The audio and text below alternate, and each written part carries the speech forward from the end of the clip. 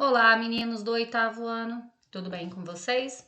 Na nossa videoaula de hoje, vamos falar sobre um gênero textual que estamos estudando agora no nosso módulo do nosso livro 2.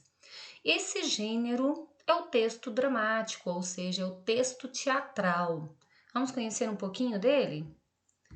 Vejamos aqui. O gênero dramático, ou seja, o gênero teatral, se diferencia dos outros principalmente pelo fato de não ser um texto escrito para ser lido, e sim representado, ou seja, interpretado, né? Dessa forma, sua estrutura também é muito singular. O que seria singular? É único. Então, o texto teatral é um tipo de texto único, ele não é feito, escrito para ser lido, ele é escrito para ser interpretado.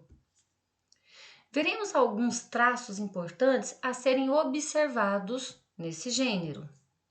A primeira questão é que o texto escrito para ser encenado possui duas estruturas, não apenas uma como nos demais.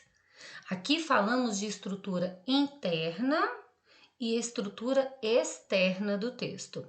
Interna dentro, externa fora. Aquilo que eu vou ver dentro e ver fora.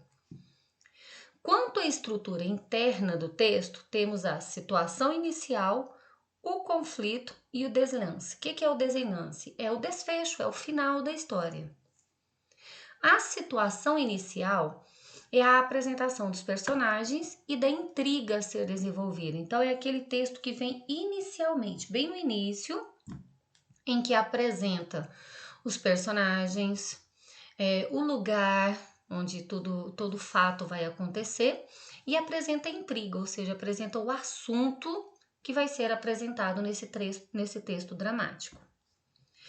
Temos aí o conflito, o próprio nome já diz, é o desenvolvimento da ação ou interação discursiva por meio de uma sequência de atos, até se chegar ao ponto culminante do conflito, ou seja, o que vai acontecer agora, né? É a história sendo encenada. E eu tenho o desenlace ou o desfecho. É o resultado final da interação discursiva entre as forças oponentes do conflito. É o destino final de cada personagem. É o final. O que aconteceu, como o conflito foi resolvido, né? Quem ficou com quem, como tudo isso se resolveu. Então, é o desenlace ou o desfecho. Na estrutura externa, né, aquilo que fica de fora do texto dramático, encontramos o ato. E o que é o ato? Quando você está no teatro, de repente desce a cortina e tem a mudança de cenário, a mudança de personagens. Esse aí é o ato. Então, o ato é aquela mudança, é escrito lá, a mudança de cenário, a mudança de personagens, que é o ato, que é a grande divisão do texto que decorre no mesmo espaço. Então, no mesmo espaço ali vai ter a mudança de cenário, a mudança de personagens. E a cena, que é a subdivisão do ato, determinada pelas entradas e saída das personagens.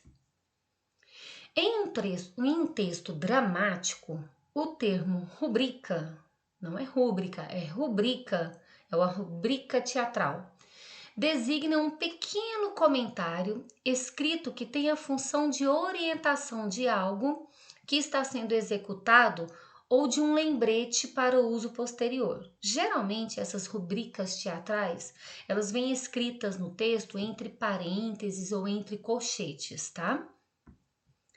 As rubricas são usadas nos roteiros de cinemas ou teatros para indicar gestos ou movimento dos atores.